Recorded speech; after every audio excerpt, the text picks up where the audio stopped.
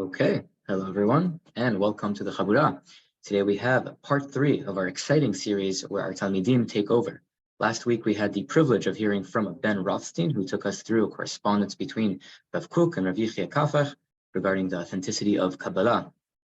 Today we have the privilege of hearing from our dear Talmid, Avner Yeshurun, who will be sharing on appreciating Aggada, the Andalusian tradition, and Rav Kook's Ein Ayah. About our speaker, Avner Yeshurun was born in Israel and grew up on the Caribbean island of Curacao, moving to Miami in 2011. After studying at the Hebron Yeshiva in Jerusalem, he attended the University of Miami, receiving his BSBA in finance, along with minor degrees in financial technology, accounting, and art history this past spring. I'll just add that he did that with full honors. His interests include building his Judaic research library, studying and translating notable works in the field of Jewish studies, meeting with local Chabura members, and spending family time exploring the beautiful city of Miami. He and his wife, Elisheva, live in Miami Beach with their son, Ariel and Moshe. Personally, it is an honor to be able to introduce my dear friends, Avner, and I also wanted to take this moment to thank Avner on behalf of the Chabura for all the hard work he puts in for us behind the scenes and being really the driving force behind our publishing house. In Chabura news, this Monday, we will be having our penultimate class of the year, where we'll be having Rosh Bet Midrash, Rabbi Joseph Dweck, join us for a question and answer session. So make sure to mark that in your diaries and also take advantage of the opportunity by sending in your questions to be answered by Rabbi Dweck. The deadline to send in questions is this Friday, so make sure to do that, and that can be done on our website at thechabura.com/AMA. With that said, thank you so much, everyone, for being here, and for all the people who are going to be listening afterwards. And thank you so much, Avner. It's a privilege to have you with us. On the floor is yours. Thank you, Ohad. It's an honor to be introduced by you. For all of you who are listening, me and Ohad, we live in the same city. We live 15 minutes away from each other, so we spend a lot of time together. And it's been very enriching to know you. So let's begin. I called this class Appreciating Aggada because sometimes, unfortunately, Aggada is viewed as the aspect of the Talmud or the Midrash that is supposed to be taken a little with less weight than the halachic side of things. And unfortunately, if someone has that view, they miss out on a lot of very important things that they can learn. I'm going to start with a brief introduction. I made this source sheet more for myself than for the people listening, just so that I could keep my thoughts organized. But feel free to follow along, and at any time, if there's a question, please just interrupt, and I will try to answer you. I'm not an expert in any of these things. It's just, these are my observations. This is my thought, research. I'm an amateur. I don't have any qualifications in this area, so please don't expect me to be able to answer everything, but please ask. If we look at the era of the Talmud, we can roughly divide the thought of the Talmud into two areas. That would be halakha, which is practical, hands-on, what are you supposed to do in terms of the mitzvot and in terms of the mitzvot de Rabbanan. And you also have Aggada, which comprises everything else. And it includes a vast array of different types of subjects. So you have ethical and moral statements from the Chachamim, you have story, you have fable, you have myth, you have anecdotes, and roughly 1/3 of the Talmud Bavli is Aggada, and 1/5 of the Talmud Yerushalmi is Aggada.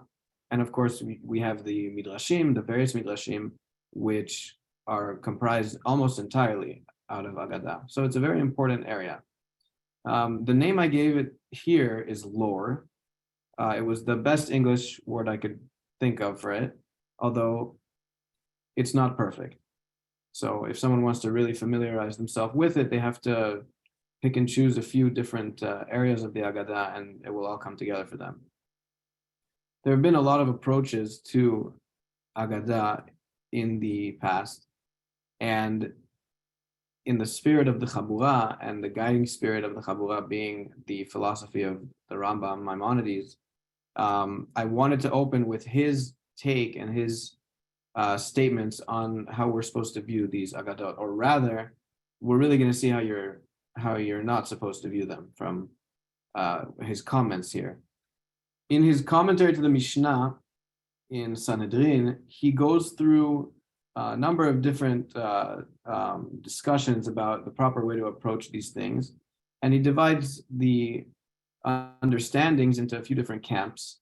And when it comes to the camp that takes these Aggadot at face value and literally, without proper context or depth or symbol, he seems to be unable to contain himself any longer, and he gets and you know how the Rambam writes. He writes in one of his letters that sometimes his pen gets the better of him, and he can't hold back, and he really takes this group of people to task for understanding the Aggadot in this way. So we're going to read what he says.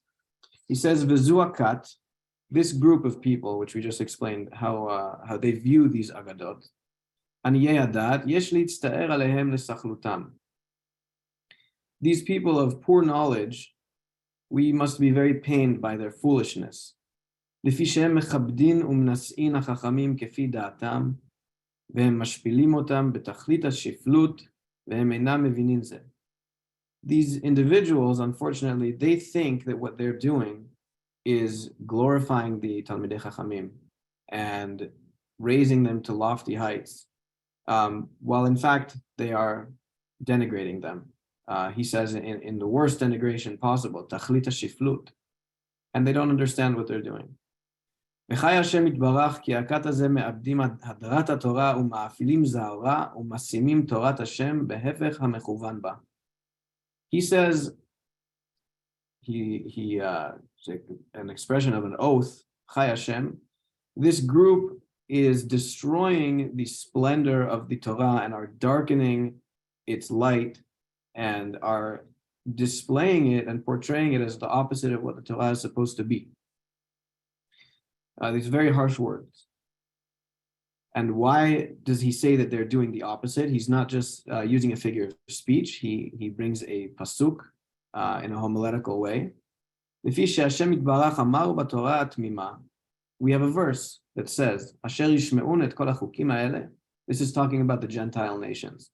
When the Jewish people, when the nation of Israel are constituted properly and are following their laws properly, the Gentile nations will view the nation of Israel as a model nation, and they will say, this great nation is an understanding and a wise nation. And says Maimonides, this group will give their take on what the Chachamim are saying.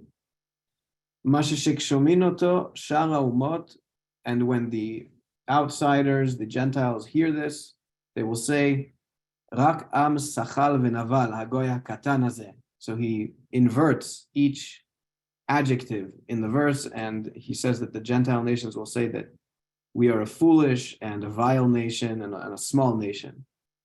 So he clearly has a different approach than those people, and he's very very harsh with them. Now, Maimonides' plan, and he tells this to us in a few different places, was in fact to write a comprehensive pirush on all the Aggadot, at least in the Talmud Bavli.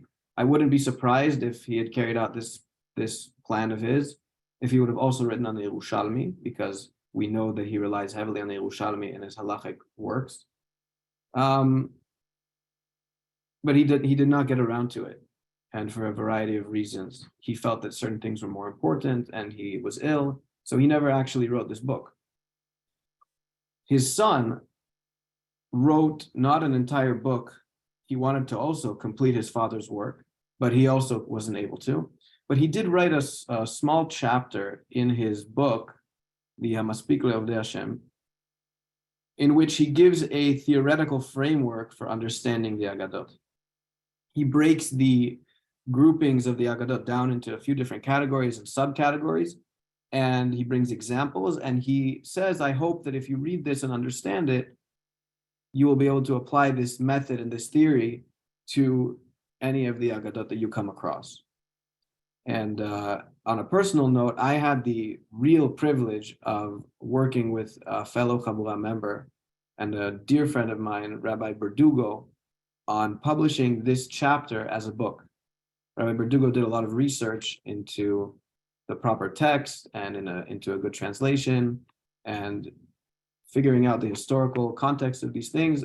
And with a very robust introduction, the Chabura was able to release this book through Dot Press as a book in and of itself, and I would highly recommend it. And it was a real honor to work on it. And here in the source sheet, I brought you what I think would be a good characterization of his mission statement. So he says this in section 1 of the chapter. Ani me'ir libcha v'ra'yoncha. He says, I'm going to awaken your heart and your thoughts about these things.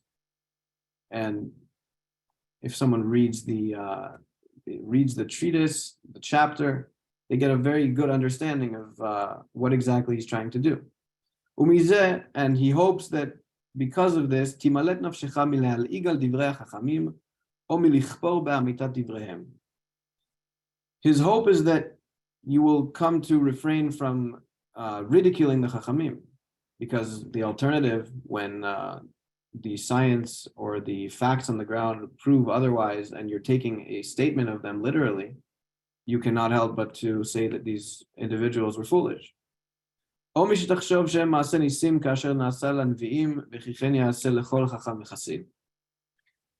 also says that you will be saved from thinking that every individual who is considered a righteous individual can have miracles done for them in the same way that the Nevi'im, that we hear the Nevi'im had.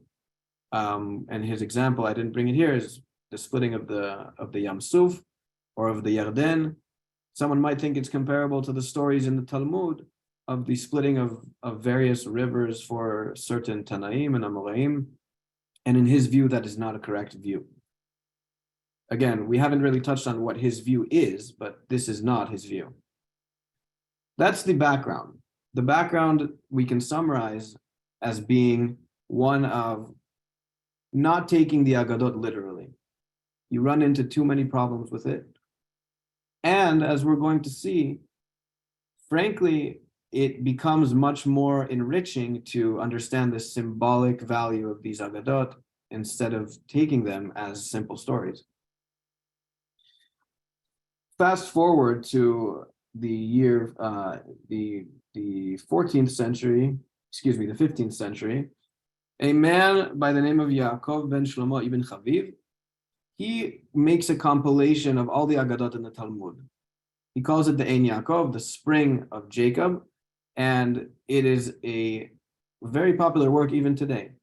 Sometimes if a person wants to get a understanding of just the Aggadic aspect of the Talmud, they will go into the Ein Yaakov and they're going to see a lot of commentaries that aren't classically referenced in the halachic side of the Talmud. And many commentaries have been written on it, very important commentaries as well. One of these commentaries, and I believe it is my favorite one that I've come across, not that I have extensively researched it, but it is the Ein Ayah. Ein Ayah is a book by Rabbi Abraham Isaac Kook. He started it when he was 18 years old, and he finished it throughout his entire life. His plan as well was to write a commentary on all of the Aggada that he could get his hands on in the Talmud, and he managed to write only on a few Masechtot. I'm not trying to minimize his accomplishment. I'm trying to explain how when you take this on as a task, it leads you down many rabbit holes that it's better to do a few right than to try to get everything. His approach is a really interesting approach. He tries to psychologize a lot of the statements in the Talmud. So he tries to make them about, he's a humanist when it comes down to it. He tries to make it about the person and what certain actions or certain stories will do for a person. He uses a lot of symbol and metaphor. He views a lot of the statements as symbolic and metaphoric, sometimes to the point that if you step back and you think about what he has done to the statement of the rabbis, it's quite a radical thing. And his language is beautiful as well. It's very poetic. He weaves in a lot of verses from the Tanakh and from the Mishnah, It's a hallmark usually of the Sephardic Chachamim, but Rav Kook seems to have adopted it as well. It's a beautiful writing. Sometimes it makes for a difficult read, because if you don't recognize that he's referencing a verse, you get confused. And his definition about what the essence of Aggada is very interesting, and we can see that it's in line with this older tradition of the Andalusian tradition in his Akdama. He says, "Aggadot hema betor or zarua." Like we said, he references verses. So he says that the Aggadot are an or zarua. They are a light which is sown. Zera kodesh hanoseh pri ha'emet ve'ashalom. It is a holy seed which carries the fruits of truth and peace. Natua al talmei lev hanefashot hanotnot shichman lisbol ula shel Torah bechofma. This seed that the Aggada plants in a symbolic way is planted in the furrows of the heart of those individuals who give over their shoulders to accept the weight of Torah and wisdom. People who want to view deep things and to internalize deep things will see a lot in the Aggada. And he says, "Henuchnu lo rak leman tuchnana prati." These Aggadot were not merely stated for their details. They're not just a story in a temporal place. כי אם למען כל המון הרעיונות הטובים והזכים שיוכלו לעורר על פי קשרים הגיוניים. These are starting points, he says. The Aggadot are starting points for many other ideas that can be wrapped into them when you think about it from a sensible place. כבר יש לנו עסק יותר כללי מפרטיותו של המאמר, he says. It's not only about the details. כי אנו עסוקים על יסוד ההשגחה האלוהית, להמציא לנו מזונות רוחניים המבריאים את נשמותינו. His view of what the Aggadot are coming to do is different than what he views the halachic side of things. Whereas the halachic side of things is to explain action, and yes, we can get into a discussion in a different time about what this action does for you, but he says that Aggadot are directly there to be a psychological wellspring for our souls, essentially to give us meaning in life. These are shortcuts to meaning, and the reason that they're shortcuts, as one will know if they've read things like Mishlei or Kohelet, is that when something deep is taken and wrapped into a small bundle, and the person realizes how deep it is, it becomes all the more beautiful than someone who just lectures to you about how the human mind works. He says, "Hu yachas shel kol ma'amar boded al pi erech olam hara'ayonot ha'olchim b'derech yeshara." They're all interrelated, these statements. When you read a Aggada, you're not supposed to view it in a vacuum.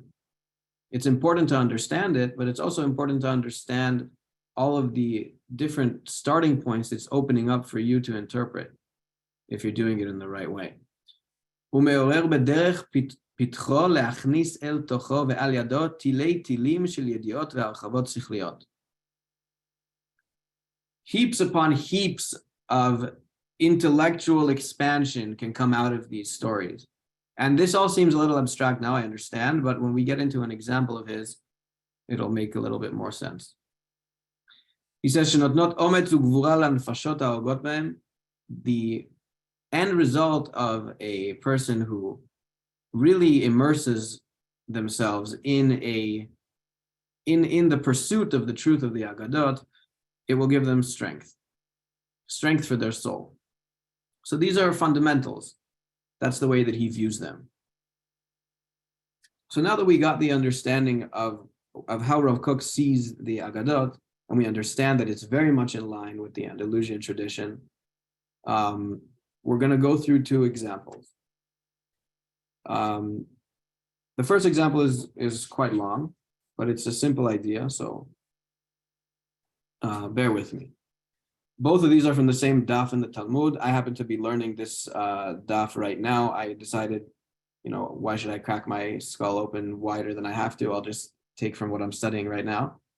And it has to do with dreams. This whole daf has to do with dreams. It's the last chapter of the Masechet Brachot, Perek HaRoeh, and it's a fascinating chapter. It's a chapter that, if you are not exposed to the depth of the Aggadot, you may brush off as, just the connector between the 8th chapter of Brachot and the 1st chapter of Masechet Shabbat, because some of these things are very obscure. So the Gemara says, Hay man dechalish. If there was a person who fell ill, Yom HaKama lo legale, he should not inform anyone of his illness on the first day of his illness. Ki heichi de lo litra mazale, so that his mazal, so that his good fortune will not turn bad. Mikan va'elach legale. And from there on, he can reveal it to other people.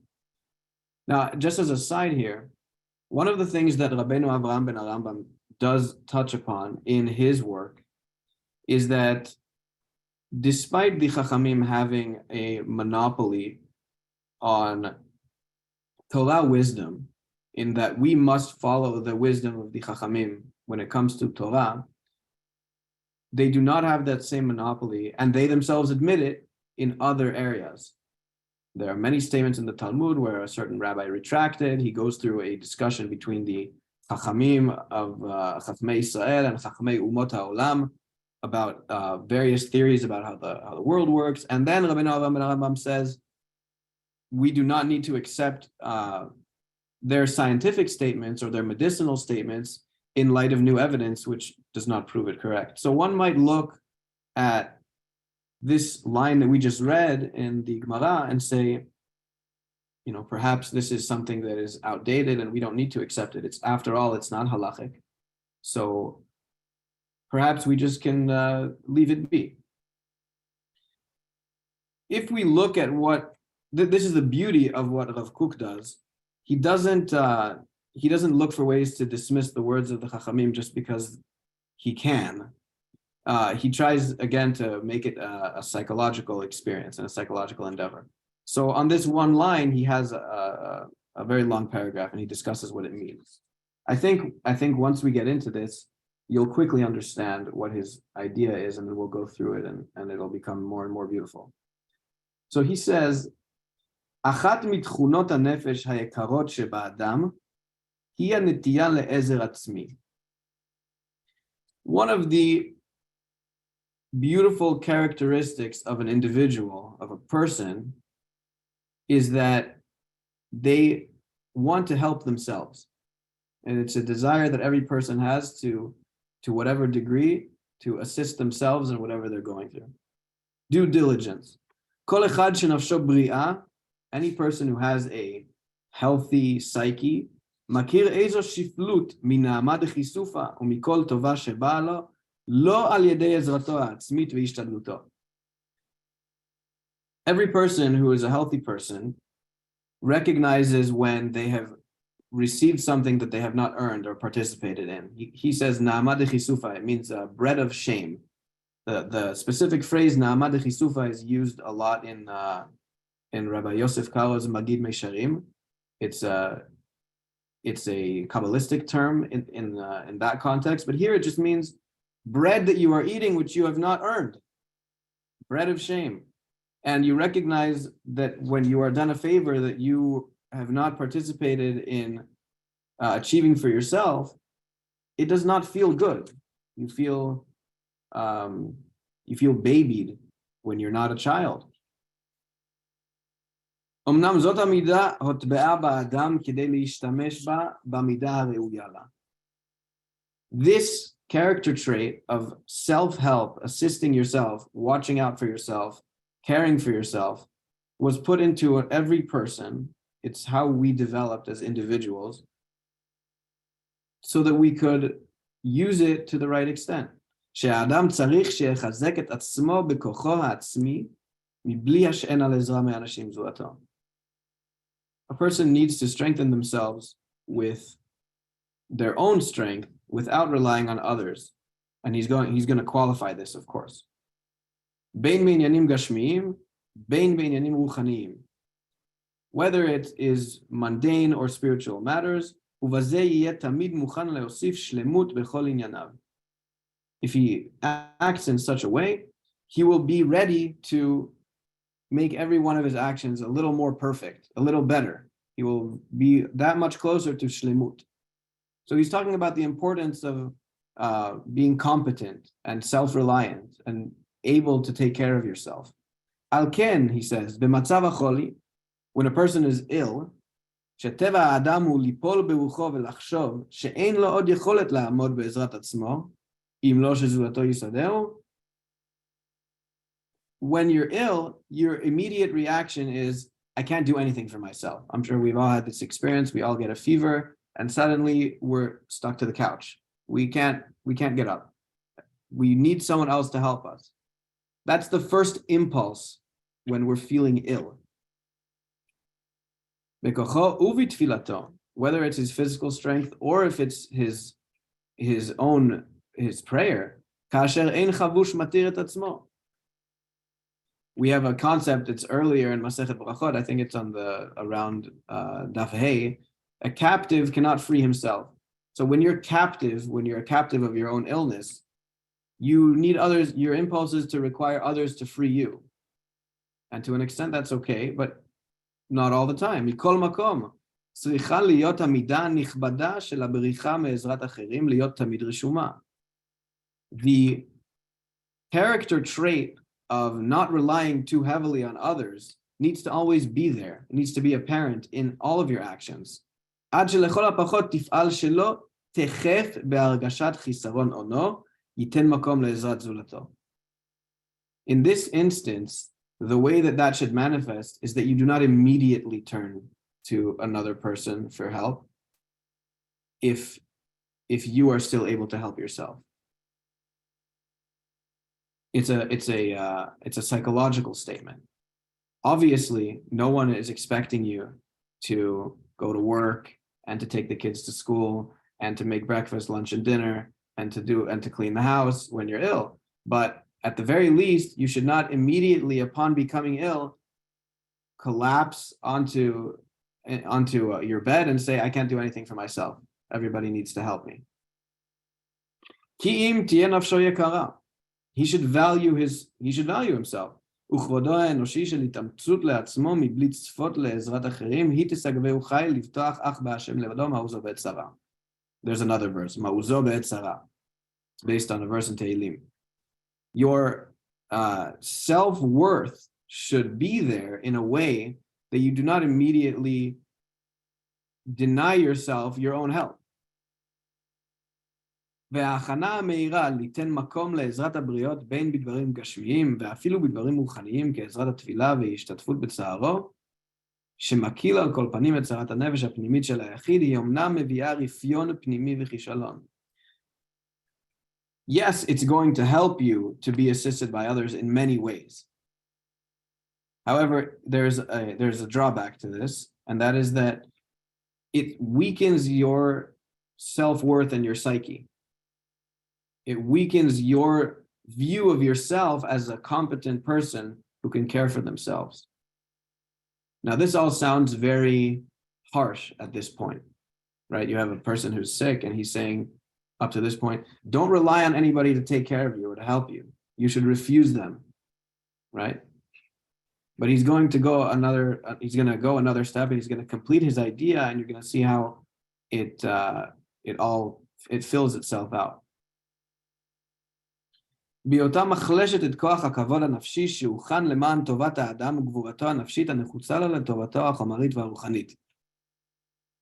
In Rav Kook's view, a person's well-being in terms of their material existence and in their spiritual existence is directly tied to their kvod ha'enoshi, to their self-respect and their self-worth.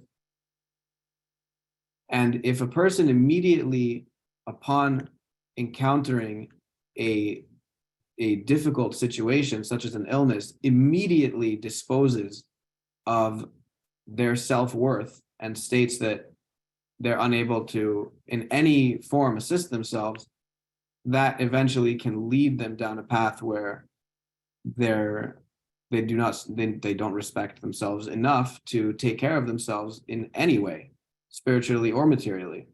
So that's why the Gemara says, that's the point of saying that the first day that you're ill, you do not immediately parade that fact to everyone. Mikan ve'elach ligalei, though. From here on, from if you're sick for more than a day, you should tell people. And it's not just that you can, it's you should. Ki omnam yoker hanefesh hi midah chashuva, aval eina reuya ki im bemidata. This is another theme that you're going to see if you study the Enaya, and I'm sure the other works of Rav Kook, even though I'm not as familiar with them. It's a very balanced thing. He's always saying Kefi hamidah hareuya la, in its proper measure.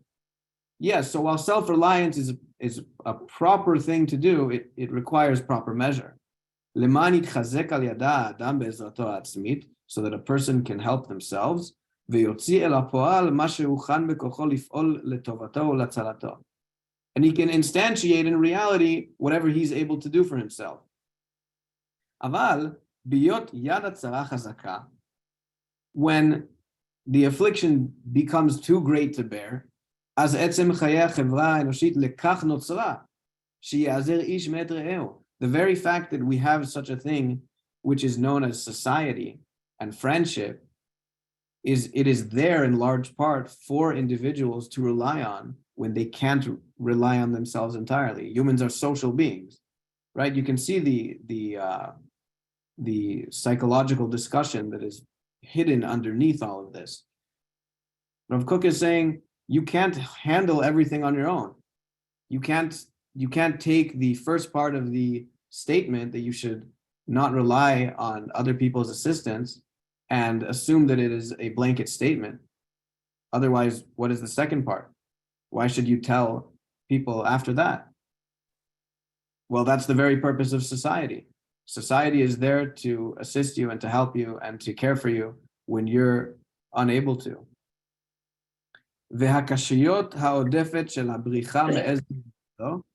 And if a person persists in refusing the help of others, it's not necessarily a honorable thing to do. It's not that they're on some sort of level that they do not require any help from anyone. It's actually not good to do so. All it's going to do is frustrate you, right? I'm sure we all know the stubborn person who clearly they need assistance, but they're embarrassed or they are too proud to accept help from someone who can really help them. Al ken ligalei. Therefore, the subsequent days of your illness, you indeed should speak to other people. Leman yazer ezer gufani veruchani mechaverav, so that his friends can provide for him that security in terms of material security and spiritual security. וכשהדרישה וההזדמנות לעזר זולתו באה במידתה הראויה לה. And now he takes the side of the giver instead of the receiver. Up until now, we were talking about the person who needed the assistance, but he then points out that when the request for assistance is put forth in such a way that it is in its proper form, it's not overbearing, היא גורמת קישור נפשי וחוזק לאגודת הקיבוץ האנושי. It brings people together. I'm sure we've all seen some tragedy occur in our lives that we've been either a part of or we've witnessed, and we see that when people are crying out for help and we see the overwhelming response of humanity to that, it brings an entire community closer. It brings people together, because the very foundation of society is assisting each other and helping each other. כי גם הקורת רוח שיקבל כל אדם ישר בהיותו מוצא מקום לעשות חסד ולהשתתף בצערו של חברו, היא אחת מהדברים שמגבילים את קשר האהבה והיחס בחיי החברה. When a person is given the opportunity to assist someone in need, not when the person is trying to be a leech off of them or when they're trying to take advantage of them, but when they really need help and someone is able to provide them with the assistance and the help that they need, it brings people together. He says it makes the relationship between people and society greater than it was before. On the other hand, ממש באותה מידה, שהמסע היתרה שיחפוץ האיש אשר אין לו רגשי כבוד אנושיים, רוצה להעמיס מסעו על זולתו בלא אונס גדול מצידו, מביאה ליחס שאינו הגון ולמשטמה. This is in contrast to someone who is asking for help, but they are just a lazy person, or they really can assist themselves. When someone comes to you and says, I don't want to do this, I'm just lazy, can you please do it for me? You don't feel as connected to them as if they were really in need, and you know that they tried what they could do, and you're now here to be that shoulder to lean on, that societal element of their lives, which can bring you all together. You just view them as, well, this person needs to work on themselves to get themselves competent. על כן, ראוי להתנהג בכל מצב ממצבי האדם במידה של הגבלה מדעית ויושר לב. He says in every situation, he ends off with a general statement, whatever situation you're in, you should have an intelligent restraint, הגבלה מדעית ויושר לב, and a straightness, a justness of the heart. So we just read the whole long paragraph, and we should take a step back and understand what exactly he's done for us here. The statement in the Gemara was, if you fall ill, you do not immediately tell everybody around you. You wait a day, and then you do it. This could have been taken in many different ways, in therapeutic ways, in superstitious ways, in psychological ways. And Rav Kook chose the psychological aspect of it, and he views many of the prescriptive ethical statements of the Chachamim as tools for an individual to follow in order to view the world correctly and to be in touch with the rest of the world outside of themselves. And he says that if a person will, so he's saying this is prescriptive advice. This is a bit of self-therapy that you can do when you fall ill. If you want to make the best of a situation that you're in the middle of that's not so pleasant, you should follow this regime, this regiment of taking a step back from your illness and saying, I'm still a competent individual. I can still do plenty of things for myself. Society is there to help me when I fall flat on my face, but it's not time yet. And then, of course, to be humble enough to say, I'm not well enough on day 2 of your illness to then ask for help. So that's a perush, a biur on an Aggada that is very characteristic of what Rav Kook does. And if we have more time, we can do a second example if everybody would like it. Or if there are any questions, I would love to take them. Continue. Okay. On the same daf in the Gemara, there's another statement. This one is more directly having to do with dreams. As I was saying, this daf deals with dreams. The Gemara says, Hayman de chaza chelma velo yada mai chaza. If a person wakes up from their nap or from in the morning and they had a dream and they have no idea what the dream meant, right? There's a discussion in the Mefarshim what it means. He didn't know. Did he forget, or does he just can't make heads or tails of it? I'm sure we've all had that experience. You know, you wake up and you say, what on earth was in my mind? I don't know if it was good. I don't know if it was bad. I just have no idea. So there's a prescriptive statement of what you can do. Lekum kamei kahanei beidana de farse yadayu. You should stand up when the Kohanim are engaged in the Birkat Kohanim, v'lei mahache, and you should say a certain paragraph, Ribono Shel Olam, and I didn't bring the whole thing here. Rav Kook does explain the entire Ribono Shel Olam, but I decided we're just going to go with the last piece that is here.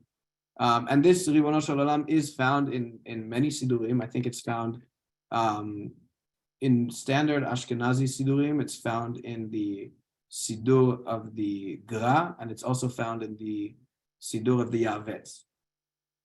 So it's brought down lehalakha. And then the last part of your Ribono Shel Olam, you shouldn't just say this as the Kohanim are blessing the Kahal. You should specifically mesayem behade kahanei de'anei tzibur amen. You should try to finish the Ribono Shel Olam at the same time that the Kohanim are finishing their blessing, so that the tzibur will be saying amen to the Kohanim, and you're kind of sneaking your Ribono Shel Olam to get its own amen from the Kahal. So it's a very strange thing. Why specifically do you need to finish for the tzibur to say amen to you? The tzibur doesn't know it's saying amen to you either. The tzibur, you're saying this to yourself. So again, Rav Kook makes this more about the internal side of things, what it does for you when the tzibur is saying amen at the same time that you're finishing your bracha. So he says, Ra'ui lehorot. It is important to teach the following. שאין ראוי לאדם לבקש את הטוב לו, כי אם כשיהיה גם כן מתאים לטובת הציבור בכלל. A person should always make sure that when he is asking for a good in his life, that it should not be asked for unless it is harmonious with the good of the general tzibur.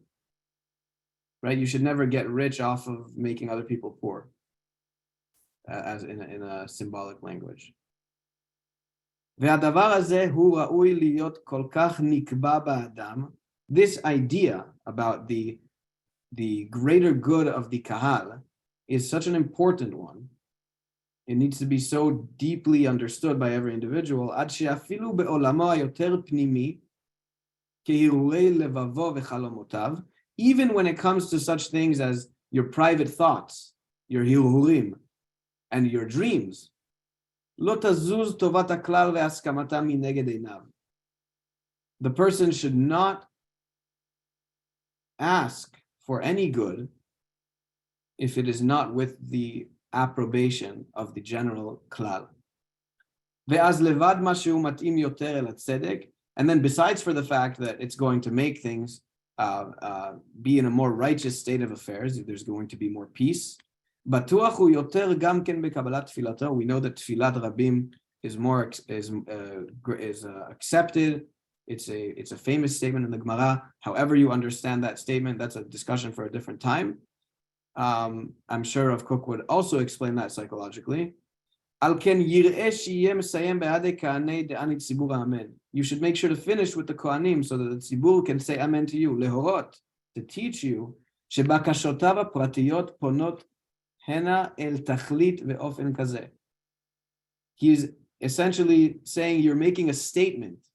My desires about this dream that I had, that I said in the Ribono Shel Olam, that everything should be a good dream, and that everything I'm asking for and everything that I saw in my dream should turn out for the better. It should not turn out for the better in any way other than the way that the tzibur would also benefit from. מפני שלא יבקש לעולם להיות מתמלא מחורבנן של הציבור. You should never be the person who is enriched at the expense of the klal, of the tzibur. ולבקש להפך חפצו הפרטי. And you should not ask the opposite of what is good for the tzibur, that which you would want. כי אם בדבר שהוא מסכים גם כן אל טובת הכלל כולו. Rather, a person should attempt to live their life in a way that their success is the success of the tzibur as well. Right? This is another motif in the thinking of Rav Kook. It no doubt also has to do with his views on Zionism, about establishing a living and breathing community of Jewish people in their land, in such a way that is not really possible in the exile.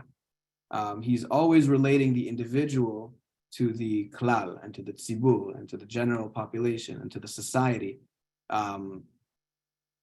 in such ways that there's an overarching harmony between them. So these are two examples of his approach to explaining Aggadot, and we have full volumes on both Masechet Brachot and Masechet Shabbat, in addition to certain other tractates of the Mishnah, and of course not in the Einaya itself, but scattered throughout his other writings. We also see this approach. If you had to ask me, and I'm just an amateur, this is very in line with the approach that we saw earlier with the Andalusian Chachamim, with the Rambam and his son, and with many other sources as well that reflect that. If you want more sources on that, you can go to the introduction of Rabbi Berdugo's edition of the book that we put out, and he brings many statements from the Geonim and Chachmei Sfarad, who also are proponents of this view. If there are any questions, or if there's anything that was unclear, please feel free to ask. I'd love to try. Wow, Avner, that was incredible. Very well presented. It's always amazing to hear the words of Kook. So his words are so beautiful. If anyone has any questions, they can unmute, they can raise their hand, ask in the chat box. Comments, criticisms. I'll start off. How does Rav Kook have sort of an approach of first trying to understand it literally? If I'm not mistaken, I believe the Maharal, whenever he approaches Aggada, he first tries to see if the literal meaning could be maintained. So is that an approach we also see in Rav Kook? I would say that it doesn't seem so. There are certain times where he has no choice but to say that there's something literal going on here. For example, in the very beginning of Masechet Brachot, we talk about the 3 mishmarot of the nighttime, right? They correspond to the sections of the night and to when you say Kriyat Shema, and it's a whole complicated discussion. So he opens up that statement and he says, I would love to explain this in some sort of metaphorical sense, but since it's applied hands-on, we're going to have to work with that. That's one area that he does it. That being said, I cannot say that it's a rule, because I have seen many Aggadot that could certainly pass as whether it be a simple story or could be explained in somewhat a more simple manner than he does, but he takes his own route. So while you do find it, I wouldn't say that it's consistent.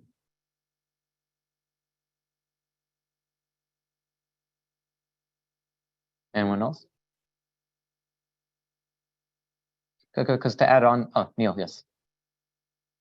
I'm interested in how, I really love your presentation. I'm interested in how it relates to the sorts of ideas I've come across outside Judaism, within virtue ethics as a philosophy, and within ideas of how we actually develop a just society. It seems to me that we're not emphasizing the individual thinking of themselves. We're thinking of transcending the individual and thinking of the whole group, aren't we? And are we trying to also develop people as virtuous people, their character, rather than just following rules? Or have I got it all wrong? No, let me just clarify with you. Are you asking specifically about one of the examples that we read, or about it was just coming across to me that the example was coming across that we're trying to make people develop their character, making them more virtuous, and thinking about that's spot on.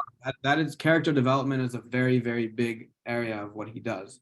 He essentially looks at a lot of, like I was saying before, whenever there's a prescriptive statement, not a descriptive statement, in the Talmud about what a person should do in response to something, he immediately attempts to make it about a person's character development, how they should view themselves in terms of something outside of themselves, whether that be Yeah.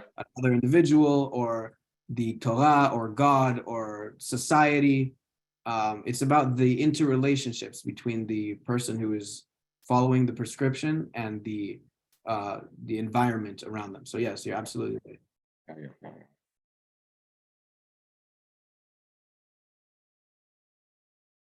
Anyone else?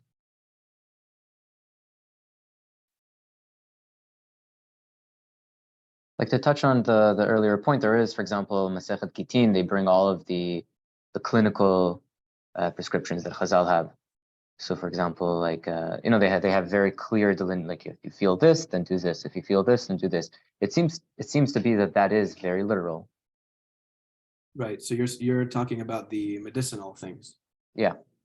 So unfortunately, Rav Kook did not manage to write a pirush directly on Masechet Gitin in this way. I would love to see if someone was able to find it scattered throughout his writings, or if there perhaps are Aggadot that are referenced in both places, in Masechet Shabbat and in Gitin. It would be very interesting to see what he does with that. I know that if he were to psychologize it, he would be standing in contradistinction to Rabbeinu Avraham ben Rambam, who says that there are certain things such as the Event Kuma, which is supposed to stop you from miscarrying, which has never been proven. He says, "Anu lo chayavim le'amin bazeh." We do not. There's no requirement that we try to justify it in any way and to bend over backwards to understand it. It's just that the Chachamim were doing the best they could with the material that they had, and we're not really bound by that. Yeah. Now, you might want to go a level deeper and say, yes, they may have been mistaken, but why would such a practice develop in the first place? Maybe there's room to say that these also developed as a symbolic thing, but that would be unclear. So we're not really bound to follow those things or to believe them. And where can people access the Sefer? So they have an online, they have most of his book in Wikitext format. Unfortunately, it is very ridden with typos. It looks like someone did an OCR scan of his book and it wasn't so accurate. It caused me a lot of pain when I was trying to, before I owned the actual set. The last time I was in Israel a year ago, I went and I purchased the actual books. They are releasing them in a new edition now. So they've all come out, and actually your brother and my dear friend Asaf was responsible for getting me that last volume. So I think he also may have written on Masechet Shvuot, but that has not come out in a new edition just yet. I'm sure they're preparing it. It is available in a lot of bookstores in Israel, but do not go to, counterintuitively, do not go to Mossad Rav Kook to buy it. You have to go to the machon of his son at the Merkaz Harav, Yeshivat Merkaz Harav, to buy the book, because that's where they put it out. Yes, it's accessible there. And if you have a subscription to Otzar HaChochma, you'll also find it on there. And of course, if anybody ever needs a specific thing, you can always just message me. I'll send you a picture. Just don't put it out there publicly. Perfect. Okay. So I think with that, we're going to close. Avner, thank you so much for that incredible presentation. And thank you so much, everyone, for showing up. Stay tuned for our next Shurim. And make sure to send in your questions before Friday so that Rabbi Dua can answer them on Monday. And Laila Tov, everyone. Thank you so much. Thank you, everyone. Thanks.